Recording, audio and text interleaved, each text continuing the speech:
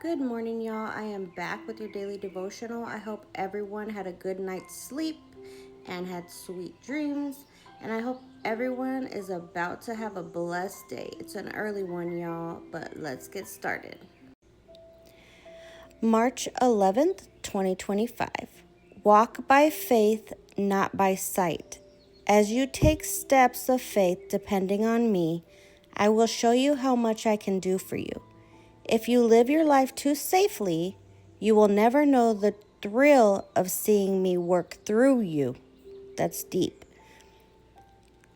When I gave you my spirit, I empowered you to live beyond your natural ability and strength. That's why it is so wrong to measure your energy level against the challenges ahead of you. The issue is not your strength, but mine, which is limitless. By walking close to me, you can accomplish my purposes in my strength. This reminds me of verse 2 Timothy 1 and 7, where it says, God doesn't give you a spirit of fear, but of power and of love and a sound mind. So that's what it reminded me of when I read this part where it says, when I gave you my spirit, I empowered you to live beyond your natural abilities. That is amazing. All we got to do is call on Jesus. And to take us out of our comfort zone. And, making these videos, y'all, it was out of my comfort zone for sure. Doing the salvation prayer the other day, definitely out of my comfort zone. So I am stepping out of my comfort zone. Even with my family Bible studies, I've been in charge of homework and will be for the next couple of weeks. That's me teaching out of my comfort zone. We're never going to feel ready and equipped enough because we can never live up to the power of Jesus, right? But we have to do our best and be able to fail and win sometimes. But anyways, scriptures are 2 Corinthians 5 and 7 and Galatians 5 and 25. 2 Corinthians 5 and 7 says, "For we live by faith, not by sight." So it says it right there. We live by faith.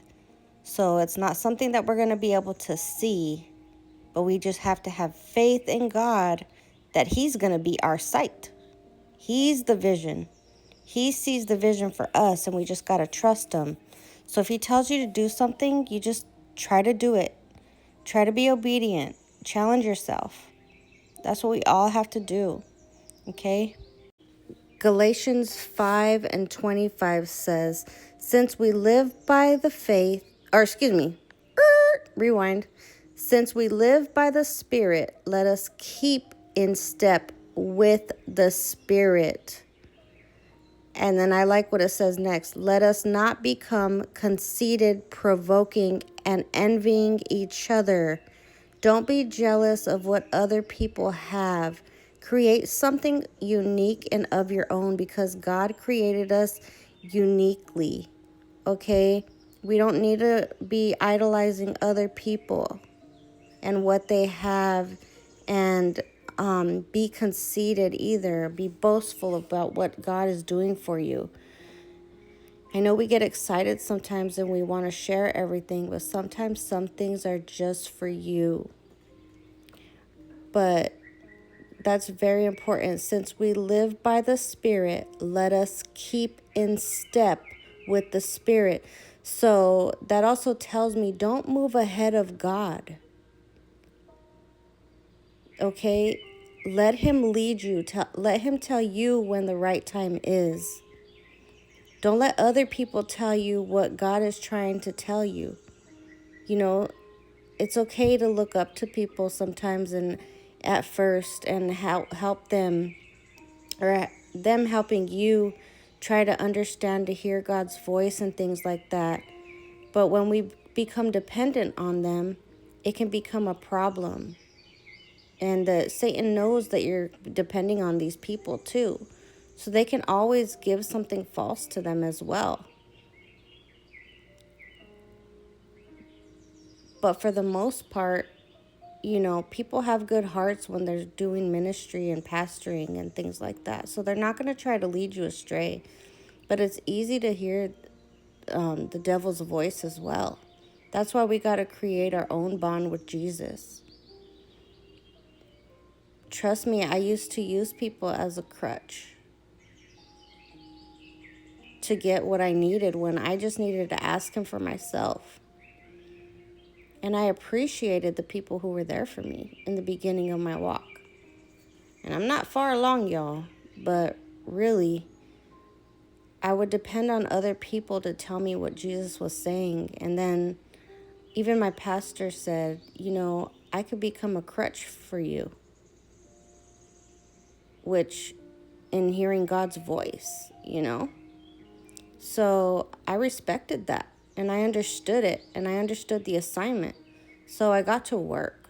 Not that I hadn't been trying to hear God's voice before, because I was, but I was getting things wrong because the enemy was so strong in my mind.